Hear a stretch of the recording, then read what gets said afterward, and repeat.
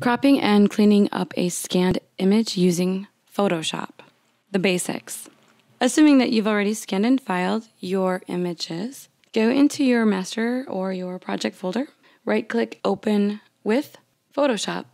As you can see, I scanned multiple pictures to one scan in order to save time, but I will end up cropping them each separately. Often with scanned images, rotation may be required.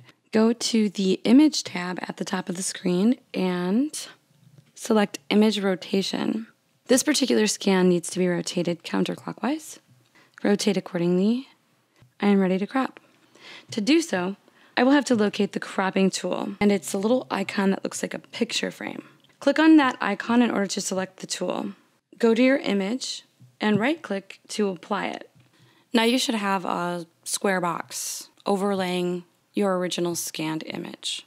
Left-click around the edges of your photo to adjust the parameters to your liking. Then you will right-click inside that box and choose Crop. This should crop your photo down to the area that you selected. You can either use the magnification tool, which is a little magnifying glass, to expand your view, or you can just use the keyboard shortcut, which is Control+. Scanned photos can often be old, dirty, scratched, dusty, or otherwise damaged. Next, I will show you a few quick tricks for basic photo cleanup. At the top of the screen, under the Image tab, you'll find Auto Tone, Auto Contrast, and Auto Color. These three options can vastly enhance your photo with one simple click. If you don't like the way any adjustments that you make turn out, you can always go to Edit and Undo, or the keyboard shortcut is Control-Z. This may be as far as you need to go depending on the original image quality. Just in case your photo is as spotty as this particular one, I'll show you just a few more useful image cleanup tools.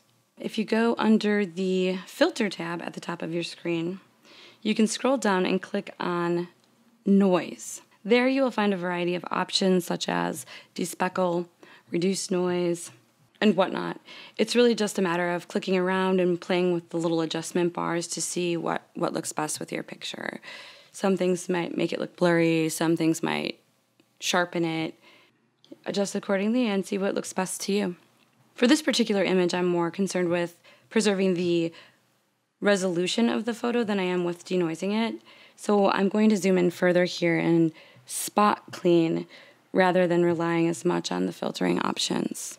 Back to the main toolbar, you will find a little band-aid-like icon. This is called the Spot Healing Brush tool, and what it does is fill in a spot with the color found directly around that spot. This is a great way to just click around and clean up individual blemishes. Also, you can adjust the size and hardness of your brush in the upper left-hand corner. A great tool for general polishing or darkening of selected areas is the Burn tool. This one looks like a little hand. Much like the spot healing tool, you can adjust the size and hardness in the upper left-hand corner, but you can also play around with exposure and range, like so. Lastly, within Photoshop, you will find an Adjustments tab. If it is not automatically showing up by default, as it is on the right of my screen here, it can also be accessed at the top of your page under the Filter tab.